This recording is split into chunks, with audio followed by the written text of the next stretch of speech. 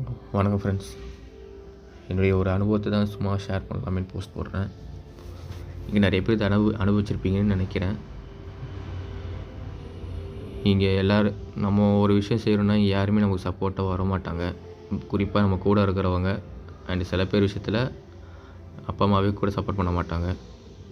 இதே குறிப்பாக நீங்கள் ஒரு பிஸ்னஸ் செய்கிறேன்னு சொல்லி பாருங்களேன், உடனே வருவாங்க. எங்கேருந்தா வருவாங்கன்னு தெரியாது. உனக்கு இது தெரியுமா, இது நீ பண்ணியிருக்கியா, உனக்கு அனுபவம் இருக்கா, நீ செய்ய முடியுமா, உன்னால் பிழைக்க முடியுமா, இதை வச்சு நீ என்ன பண்ணுவ, இதை வச்சு எப்படி வாழ்க்கையை ஓட்டுவ, எப்படிலாம் இவங்களுக்கு தோணுமோ எல்லா கேள்வியும் கேட்பாங்க. தவிர சரி நீ செய்ப்பா, பார்த்துக்கலாம், நீ செய், நான் சப்போர்ட் பண்ணுறேன், உன்னால் கண்டிப்பாக முடியும், வெற்றியோ தோல்வியோ உனக்கு ஒரு அனுபவம் கிடைக்கும், நீ அதை செய்யுன்னு சொல்லிட்டு யாருமே நமக்கு ஒரு பாசிட்டிவ் வைப் கொடுக்கவே மாட்டானுங்க. எவனை பார்த்தாலும் ஃபுல் அண்ட் ஃபுல் நெகட்டிவ் தான் சொல்லிகிட்டே இருப்பானுங்க. தவிர ஒருத்தரும் பாசிட்டிவ் நமக்கு கொடுக்க மாட்டான். அதனால் அவங்க பேச்சு நம்மளாம் கண்டுக்கவே கூடாது. அவங்கள பொறுத்த வரைக்கும் அடுத்தவங்க கீழே போய் வேலைக்கு பண்ணணும், ஆனால் மாத கடைசியான சம்பளம் வரணும், அதை நம்ம செலவு பண்ணணும். இப்படி தான் நம்ம இருக்கணும்னு அவங்க நினைக்கிறாங்க. இப்போ நம்ம வேலைக்கு போகிறோம் ஓகே, இன்டர்வியூ போகிறோம் ஓகே. இப்போ இன்டர்வியூ போனால் மட்டும் நம்ம எல்லா விஷயம் தெரிஞ்சுட்டா போய் இன்டர்வியூ அட்டன் பண்ணுறோம் அப்படியும் இல்லை. அவன் கேட்குற கேள்விக்கு பதில் தெரியாமல் கூட இருக்கும். நம்ம அட்ஜஸ்ட் பண்ணி சமாளிச்சுட்டு ஓகே அப்படின்னு சொல்கிறதும் அவங்க வேலை தராங்க. வேலை தரது மட்டும் நம்ம A to Z தெரிஞ்சுட்டு ஒன்றும் அந்த கம்பெனி நம்ம வேலைக்கு போகல.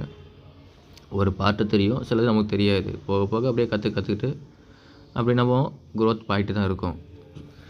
மற்றவங்க கம்பெனி க்ரோத் ஆகுறதுக்காக நம்ம உழைக்கிறோம், நம்ம கற்றுக்குறோம். அப்படின்றப்போ நம்ம கஷ்டப்பட்டு இன்வெஸ்ட் பண்ணி ஒரு பிஸ்னஸ் செய்கிறோம், ஒரு க்ரோத் நம்ம கம்பெனிக்கு தேவைன்றப்போ நம்ம அதை கற்றுக்க மாட்டோமா, இல்லை கற்றுக்கதான் நினைக்க மாட்டோமா? சும்மா தட்டமாக உட்காந்துட்டா இருக்க போகிறோம். ஆனால் இதை அவங்க யாருமே யோசிக்க மாட்டாங்க. கூட இருக்கிறவங்க தான் முக்கால்வாசி பேர் யோசிக்க மாட்டான். ஒரு தேர்ட் பர்சன் கூட ஏதோ ஒரு பாட்டில் கூட ஓகே இது செய்ப்பான்னு சொல்லுவாங்க. தவிர கூட இருக்கிறவங்க சொல்கிற ஒரே வார்த்தை செய்யாத, இதை பற்றி என்ன உனக்கு தெரியும், நீ என்ன பிழைக்க போகிற, இது மட்டும்தான் சொல்லுவானுங்க. அதனால் இவங்க பேசுகிற பேச்செல்லாம் நம்ம காதில் வாங்கிட்டு இருந்தால் நம்ம பிழைப்பெல்லாம் வேலைக்கு ஆகாது. என்ன சொன்னாலும் சரி, அப்படியா சரி ஓகே தேங்க்ஸ்ன்னு சொல்லிவிட்டு சிரிச்சுட்டு போயிருங்க. அப்படி இல்லையா இந்த காதில் வாங்கி அந்த காதில் விட்டுட்டு போயிருங்க. இங்கே முக்கால்வாசி பேர் ஒரு விதைக்கு உரமாக இருக்கிறத விட அந்த விதை வளராமல் போகிறதுக்கு கலையாக நிறைய பேர் இங்கே இருக்கிறாங்க. அதனால் அந்த மாதிரி கலைகள் எல்லாத்தையும் அறுத்து தூக்கி எரிஞ்சிருங்க. அது யாராக இருந்தாலும் சரி, நமக்கு தேவையில்லை. அவங்க எந்த இதுக்குமே உதவ மாட்டானுங்க.